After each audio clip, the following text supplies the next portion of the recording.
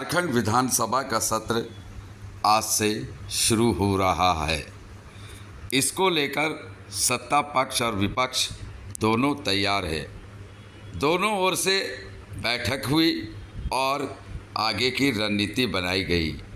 BJP सरकार को घेरने के लिए पूरी तरह से तैयार है, तो सत्ता पक्ष भी बीजेपी के हर सवालों का जवाब देने के लिए भी तैयार है।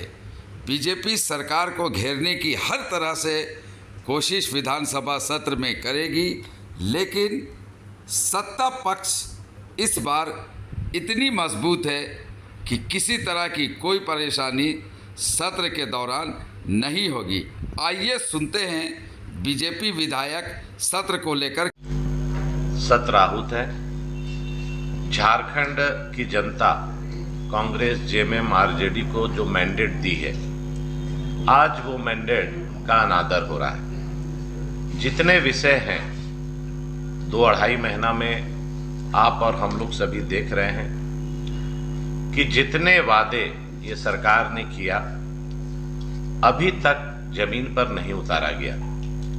अभी हाल में अपने जीवन काल में पहली बार देखने को मिला, नौकरी बेच रहे थे तब तक तो समझ में आ रही थी कि जैसे सिक्का हो, वो पेपर लीक होना, नौकरी बेचना, लेकिन 10th का एग्जाम का पेपर भी लीक हो रहा है। तो आप सोचिए, जो हमारे बच्चे हैं उनका भविष्य के साथ सरकार कितनी खिलवाड़ कर रही।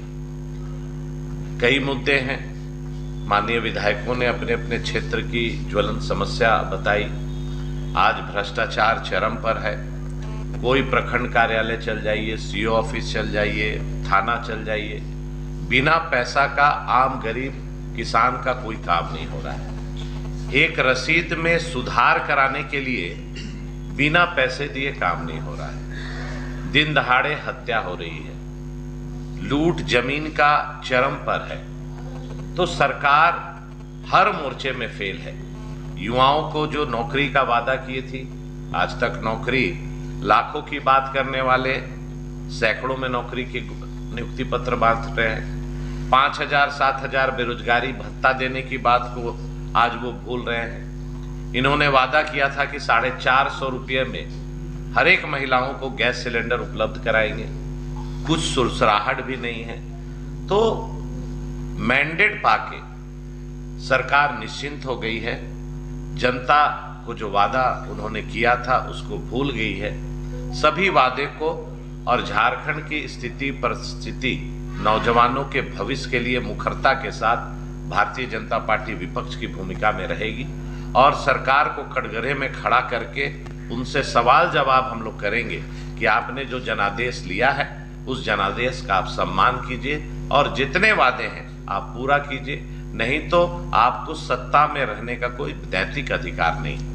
एक अजग नेता भी तो होना चाहिए था। नेता आपके की बात कर रहे हैं, कैसे करेंगे आप पूरा? देखिए भारतीय जनता पार्टी के माननीय सभी विधायक एक एक नेता एक एक 100 के बराबर है, इसीलिए उसमें घबराने की जरूरत नहीं। और जब सही समय आएगा तो जो आपके मन में शंका है उसका पार्टी में निर्णय होके हो जाएगा।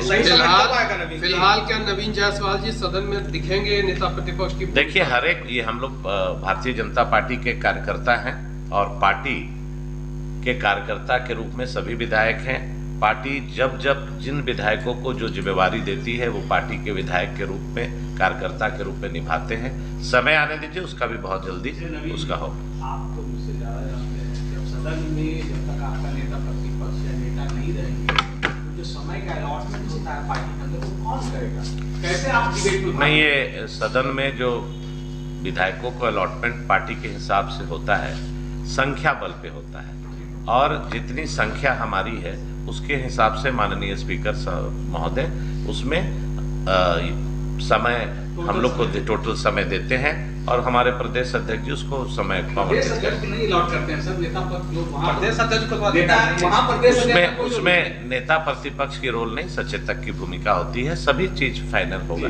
पार्टी में अभी सभी लोग व्यस्त थे चुनाव में, अभी पर्यवेक्षक आएंगे, सभी चीज क्लियर हो जाएगी। नहीं, आप लोगों के रुख से लग रहा है कि हंगामेदार होगा, आप जोरदार विरोध करेंगे।